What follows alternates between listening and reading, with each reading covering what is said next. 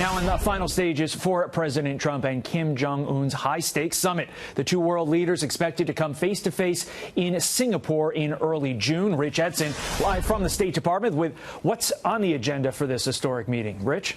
Hey, good morning, Todd. And so this morning, Secretary of State Mike Pompeo returns with 3 American prisoners, but he also returns to the United States with much more of this summit between President Trump and Kim Jong-un planned. Pompeo was in Pyongyang, he says, for about 13 hours, 90 minutes of which he says he met with Kim Jong-un himself. That was the second meeting that he's had. Remember, the first was Easter weekend when then CIA Director Pompeo went to Pyongyang to begin feeling out this summit between the president and the dictator. And within the last hour, President Trump says many of these details are now set.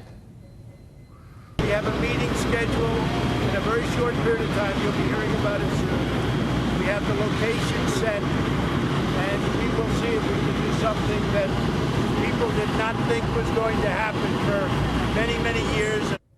Yesterday, the president gave a time frame of a couple of more days before he would say when and where this actually will be. As you said, a lot of the betting right now is on Singapore in early June. Now, a senior administration official says this trip was designed to settle on a country and a city, even a specific venue as to the actual building they're going to have these discussions.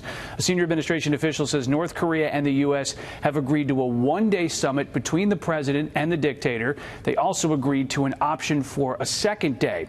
There are plenty of unknowns: how much North Korea is willing to disarm, denuclearize, and what the United States and allies are going to have to give in return for that. Pompeo left the U.S. also saying that he wanted to hear from Kim Jong-un, a different leader than the one who took to North Korean television on New Year's Day to say that his nuclear arsenal was complete and that he planned on now mass-producing nuclear weapons and the vehicles to deliver those weapons. Pompeo only would mention that he had productive meetings in North Korea.